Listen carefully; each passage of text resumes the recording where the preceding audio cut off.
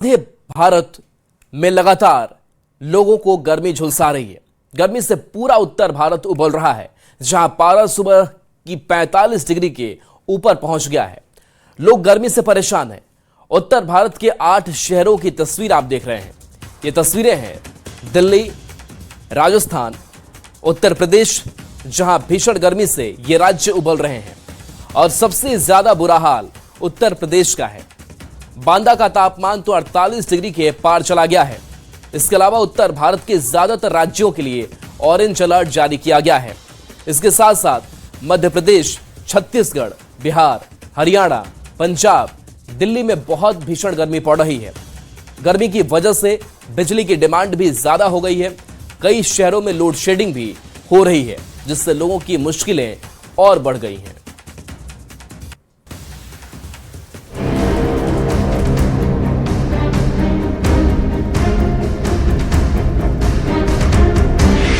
Heat wave से तप रहा देश। इंसान तो इंसान, जानवर भी बेहाल। अस्पतालों में बढ़ रहे हीट वेव के मामले। देश इस वक्त भीषण गर्मी की चपेट में है, जहां आसमान से बरसती आग ने जनजीवन को बुरी तरह प्रभावित कर दिया है। उत्तर पश्चिम और मध्य भारत के बड़े हिस्से में तापमान 45 डिग्री के पार पहुंच चुका है और लू अब खामोश लेकिन जानलेवा खतरे में बदलती जा रही है। उत्तर प्रदेश, लू का कहर, जिंदगी गई ठहर। उत्तर प्रदेश में हालात बेहद गंभीर बने हुए हैं। बांदा में तापमान 48 डिग्री तक पहुंच चुका है और कई जिलों में लगातार लू चल रही है। प्रयागराज में दिन के समय बाजारों में सन्नाटा छा जाता है, जबकि वाराणसी में लोग गंगा घाटों पर पहुंचकर राहत तलाशते नजर आते हैं। मुरादाबाद समेत कई जिलों में हीट स्ट्रोक के मरीज बढ़े हैं और हापुड़ में ट्रांसपोर्टरों को ओवर हीटिंग से बचाने के लिए कूलर लगाए जा रहे हैं, जो हालात की गंभीरता को दिखाते हैं। मध्य प्रदेश, तपिश में लापरवाही ने बढ़ाई मुसीबत। मध्य प्रदेश के जबलपुर में भीषण गर्मी के बीच आयोजित एनसीसी कैंप में 30 से ज्यादा कैडेट्स की तबीयत बिगड़ गई। 44-45 डिग्री तापमान के बीच हुई इस घटना ने प्रशासनिक तैयारियों पर सवाल खड़े कर दिए। राज्य के दूसरे हिस्सों में भी गर्मी का असर जनजीवन और बाजारों पर साफ दिख रहा है।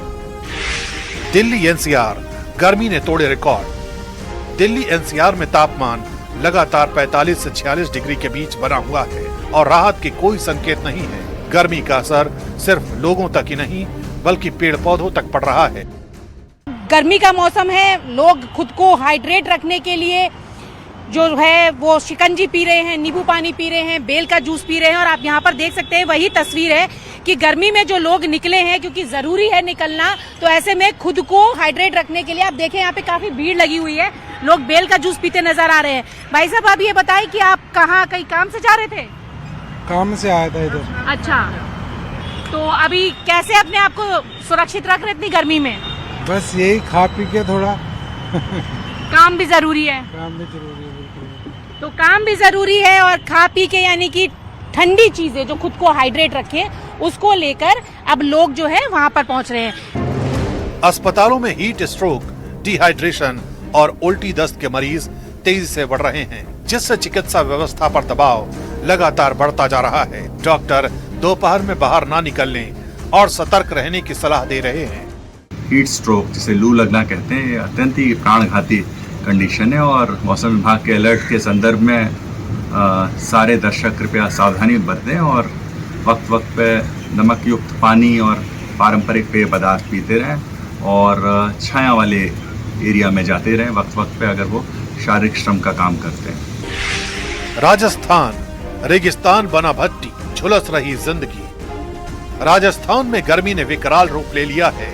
जैसलमेर में रेत की तपिश इतनी ज्यादा है कि उस पर अंडे उबलने जैसी तस्वीरें सामने आ रही हैं। आमेर के हाथी गांव में हाथियों को दिन में कई बार नहलाया जा रहा है, जबकि नाहरगढ़ बायोलॉजिकल पार्क में जानवरों के लिए कूलिंग सिस्टम और विशेष इंतजाम किए गए हैं। जयपुर और उदयपुर में पर्यटन पर भी इसका असर साफ नजर आ रहा है। बिहार, 14 जिलों में हीट वेव का अलर्ट। बिहार के 14 जिलों में हीट वेव को लेकर अलर्ट जारी किया गया है। गोपालगंज में बच्चों की सुरक्षा को ध्यान में रखते हुए स्कूल बंद करने पड़े हैं, जबकि लोगों को दोपहर में घरों में रहने की सलाह दी जा रही है। दक्षिण भारत में भी हीट वेव का बड़ा असर। दक्षिण भारत में भी गर्मी का असर तेज होता जा रहा है। तेलंगाना के निजामाबाद में हीट स्ट्रोक के मामलों में बढ़ोतरी से अस्पतालों पर दबाव बढ़ गया है और बाकी राज्यों में भी इसका असर महसूस किया जा रहा है।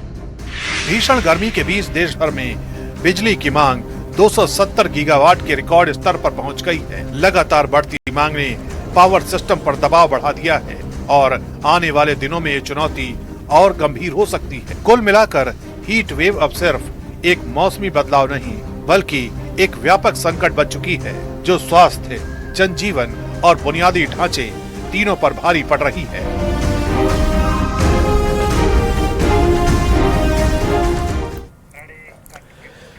गर्मी बढ़ने के साथ ही घरों में एसी की डिमांड ज्यादा बढ़ जाती है, क्योंकि कूलर पंखे भीषण गर्मी के आगे हाँफने लगते हैं। लेकिन आए दिन एसी में ब्लास्ट की घटनाएं सामने आ रही है। आखिर एसी में बार बार धमाके क्यों हो रहे हैं और कैसे हादसे से बचा जा सकता है, इस रिपोर्ट में आप देखिए।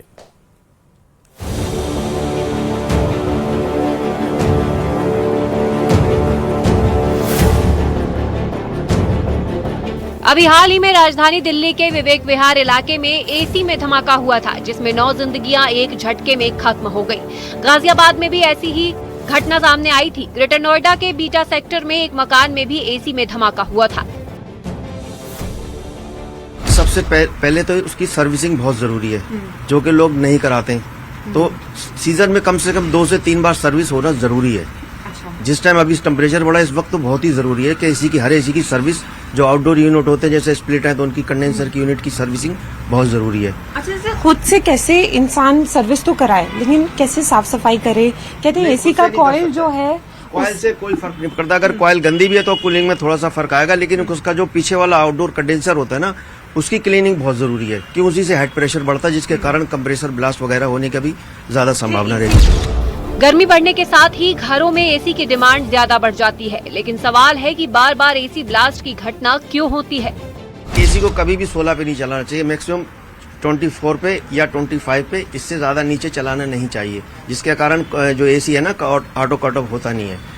रेगुलर चलने से भी कंप्रेसर में प्रॉब्लम आ जाती है, जिससे ब्लास्टिंग होने की संभावना ज्यादा रहती है। क्या आपके पास बुरे कंडीशन में भी एसी आते हैं या नॉर्मल गैस के लिए? बहुत ज्यादा जो बुरे कंडीशन में आते हैं उसको हम रिपेयर करते नहीं, उसको डिसमेंटल कर देते हैं। जो गैसें आ रही हैं वो गैसों में काफी चेंजिंग आ चुकी है। जो पहले हमारी R22 गैस आती थी, उसमें कोई वो जलने की या फायर की कोई ऐसी प्रॉब्लम होती नहीं थी। अब जो गैसें आ रही हैं उसमें ज्यादातर ये जो बनाई है गैसें R32 है, 410 है, तो इन गैसों में बहुत जल्दी आग पकड़ लेती हैं। कभी भी 16 डिग्री टेम्परेचर पर जो है वो एसी नहीं चलाना चाहिए, और अगर उसमें थोड़ी सी भी कोई खराबी आ रही है तो उसको जल्द से जल्द चेक करवा लेना चाहिए और अच्छी जगह से जो है वो गैस डलवानी चाहिए। अगर एसी लगातार चलता रहता है तो कंप्रेसर काफी गर्म हो जाता है।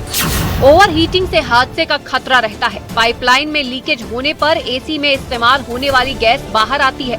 थोड़ी सी चिंगारी से आग पकड़ लेती है। पुरानी वायरिंग, कमजोर सॉकेट या वोल्टेज में उतार चढ़ाव की वजह से कंप्रेसर के तारों में शॉर्ट सर्किट हो जाता है। लंबे समय तक सर्विसिंग न कराने से फिल्टर में धूल जम जाती है।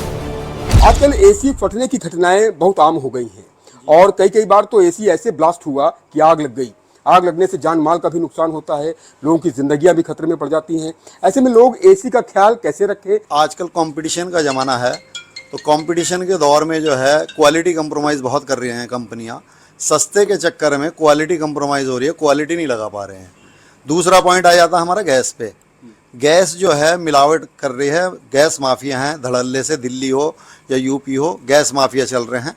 गैस में मिलावट आ रही है और वो जो है टेक्नीशियन की ज़िंदगी से खिलवाड़ कर रहे हैं, कस्टमर की ज़िंदगी से खिलवाड़ कर रहे हैं। सस्ते के चक्कर में, पैसा कमाने के चक्कर में ज़िंदगियों से खिलवाड़ हो रहा है। हादसे से बचने के लिए सतर्कता जरूरी है। एसी को लगातार 6 से 8 घंटे से ज्यादा नहीं चलाना चाहिए। एसी को 24 से 26 डिग्री के बीच रखने पर कंप्रेसर पर लोड कम पड़ता है। वोल्टेज में उतार चढ़ाव से बचने के लिए अच्छी क्वालिटी का स्टेबलाइजर इस्तेमाल करना चाहिए।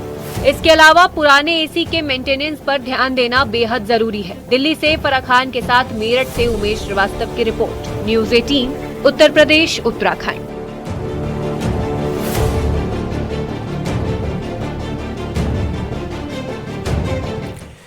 कहते जब आस्तीन का सांप ही घर का रास्ता दिखाने लगे तो जंग और मुश्किल हो जाती है।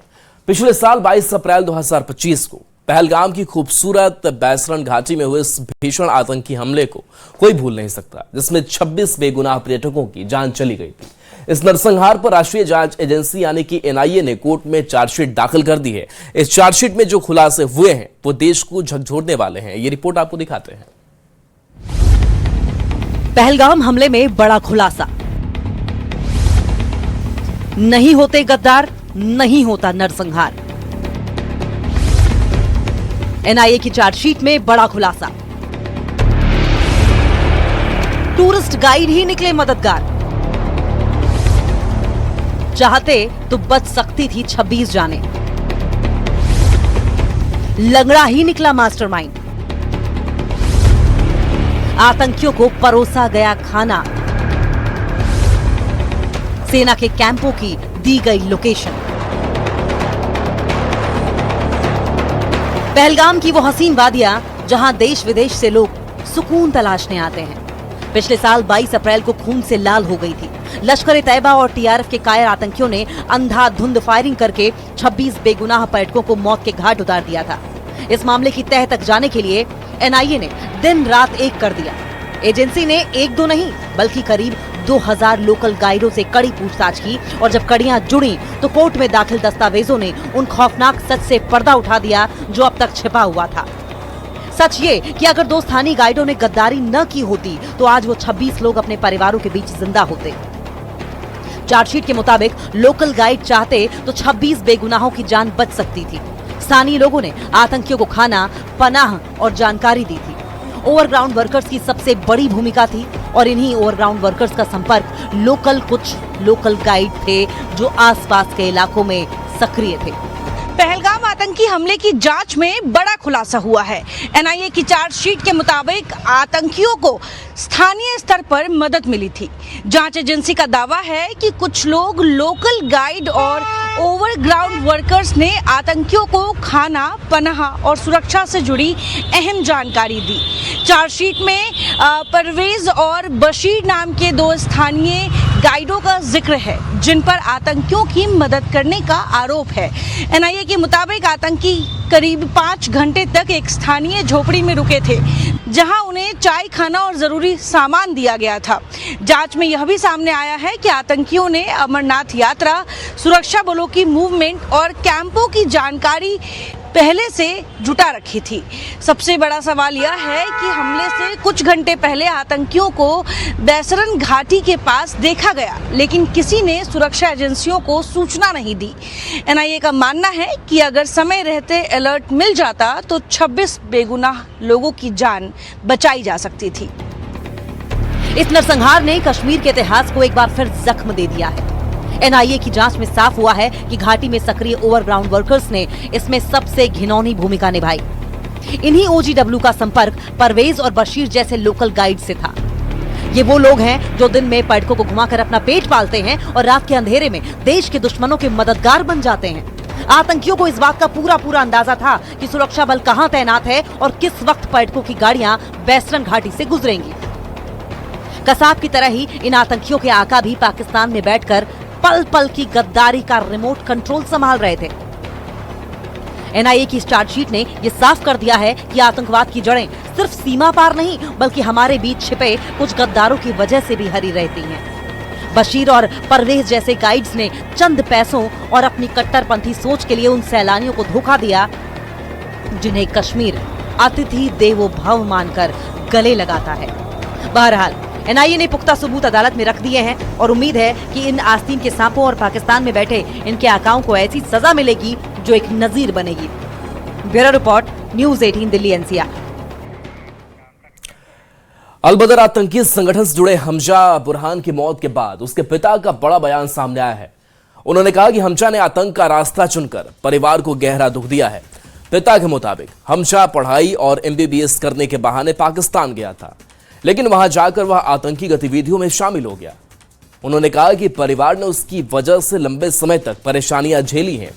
पिता ने साफ शब्दों में कहा, अच्छा हुआ वह मारा गया। हमजा बुरहान का नाम जम्मू कश्मीर में कई आतंकी घटनाओं और हमलों से जुड़ता रहा है।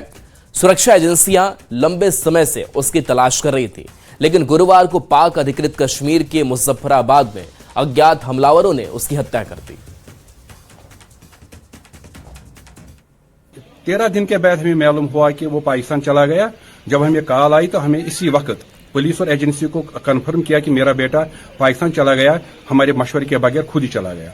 फिर हमने उसको बताया कि आपने 1 महीने का ये वीजा निकाला, आप वापस आ जाओ। 1 महीने के बाद उसने अपना वीजा डाला, स्टूडेंट वीजा, कि मैं एमबीबीएस कर रहा हूं पाकिस्तान में। वो डॉक्यूमेंट हमने एजेंसी और पुलिस के हवाले कर दिए कि मेरा बेटा पाकिस्तान में एमबीबीएस कर रहा है। बदकिस्मती से 2 महीने के बाद मालूम हुआ उसने गलत रास्ता इख्तियार किया। तब से हम उसी वक्त उसने हमारे साथ राब्ता ही काट दिया, उसके साथ हमें कोई लेन देन नहीं।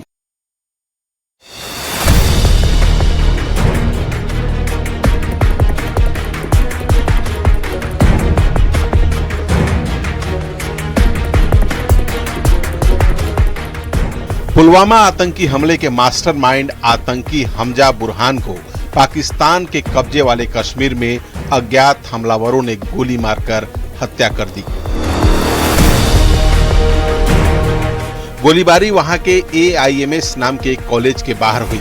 भारत ने साल 2022 में हमजा बुरहान को UAPA के तहत आतंकी घोषित किया था, क्योंकि उसने जम्मू कश्मीर में सिर्फ पुलवामा ही नहीं, दूसरे कई बड़े आतंकी हमलों को अंजाम दिया था। उसके हाथ बेकसूर लोगों के खून से रंगे थे। जिस जगह पर उसे गोली मारी गई वहां खून बिखरा दिखाई दिया। पुलिस वाले उस जगह को घेर कर खड़े नजर आए। श्योपुर में एक और दहशतगर्द को दिन दहाड़े मार दिया गया है। जी हां, पुलवामा हमले का मास्टरमाइंड हमजा बुरहान को नामालूम शख्स ने गोलियों से हलाक किया है। बताया जा रहा है कि मुजफ्फराबाद में अपने दफ्तर में थे जब नामालूम शख्स वहां पर पहुंचा और उसने हमजा बुरहान को गोलियों से हलाक किया है। आपको बता दिया, हमजा बुरहान 2019 पुलवामा हमले का मास्टरमाइंड था, जब फौजी काफिले पर हमला हुआ था, जिसमें 40 से ज्यादा जो फौजी जवान है उनको शहीद किया गया था। और आज हमजा बुरहान जो मास्टरमाइंड था उसे POK में दिन दहाड़े नामालूम बंदूक बरदारों ने, नामालूम शख्स ने हलाक किया है।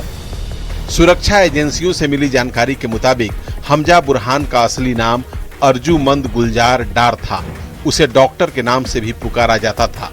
वो जम्मू कश्मीर के पुलवामा के रत्नीपोरा इलाके का रहने वाला था और आतंकी संगठन अल बद्र से जुड़ा हुआ था। करीब 7 साल पहले वो पाकिस्तान गया था। वहां पर उसकी मुलाकात अल बद्र से जुड़े कुछ लोगों से हुई थी। हमजा बुरहान उसी समय उस आतंकी संगठन में शामिल हो गया था। बाद में वो इसका ऑपरेशनल कमांडर तक बन गया। सुरक्षा एजेंसियों के मुताबिक हमजा पाकिस्तान में बैठकर जम्मू कश्मीर में आतंकियों की भर्ती, फंडिंग और हथियारों की सप्लाई का नेटवर्क चलाता था। जम्मू कश्मीर के युवाओं को आतंकी संगठन में शामिल होने के लिए उकसाता था। भारतीय सेना के खिलाफ भड़काता था, कभी पैसों का लालच देकर तो कभी किसी और तरीके से।